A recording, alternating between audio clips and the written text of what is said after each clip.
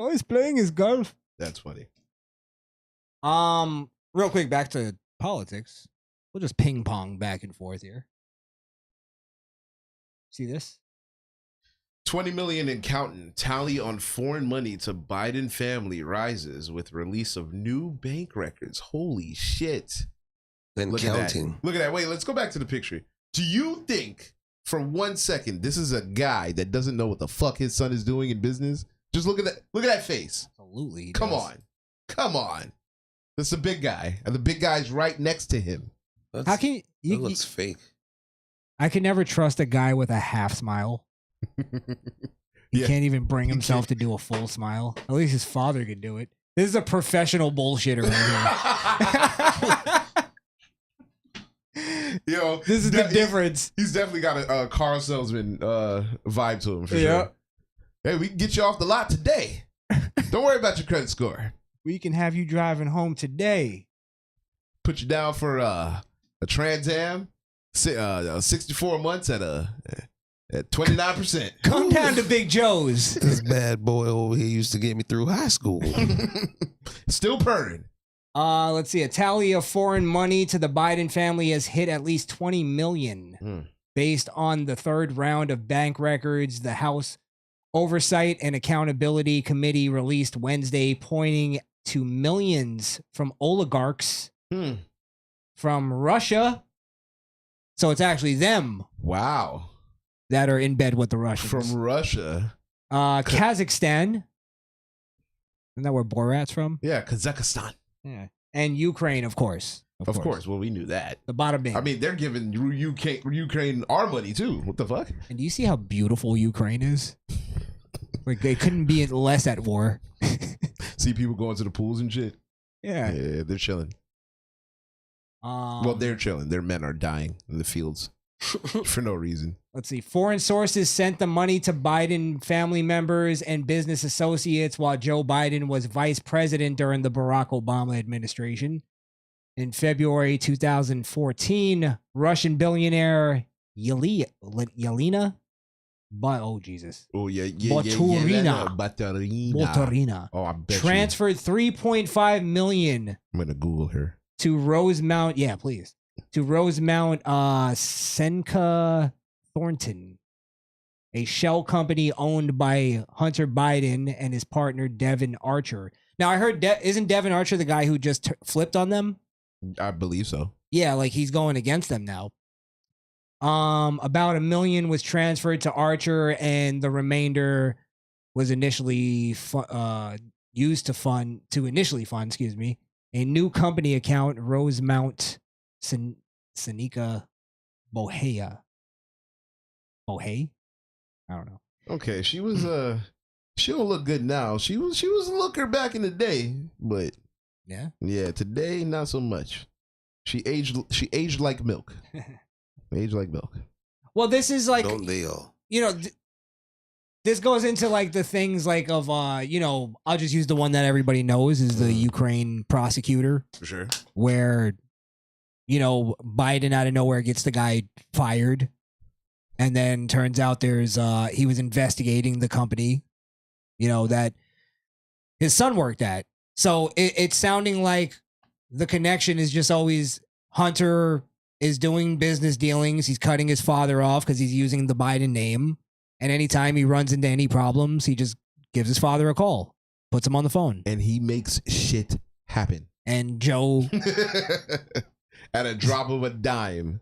When Joe says jump, you say how high? I don't know why. I guess Joe always delivers because he does get the money whenever he sent how much money to Ukraine already? Billions. Yeah, has to be close to $1 billion at least. Billions, yeah.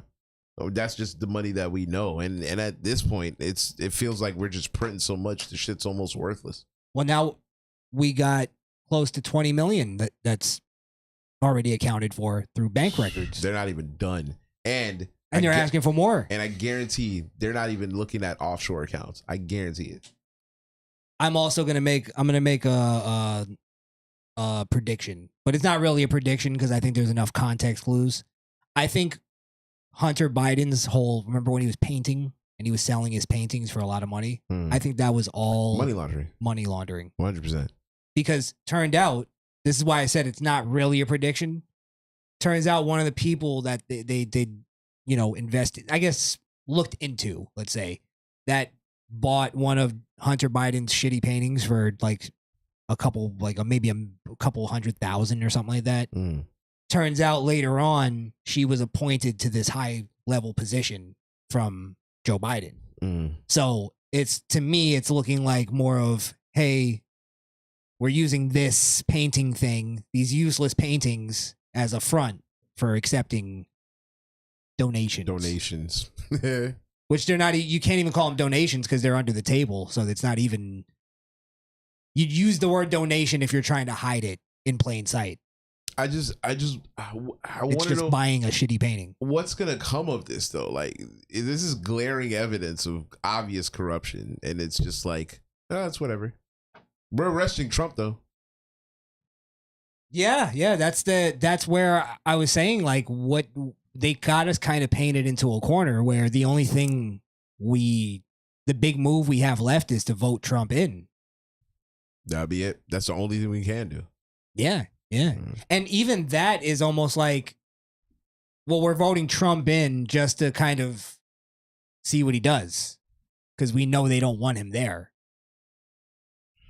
I mean, at this we don't point, really know what Trump's going to do. At this point, I'm willing to vote for him just because they don't want him there. That's because everything they've done has been so far on the other side of anything I ever believed in. Bro, to me, let me tell you something too.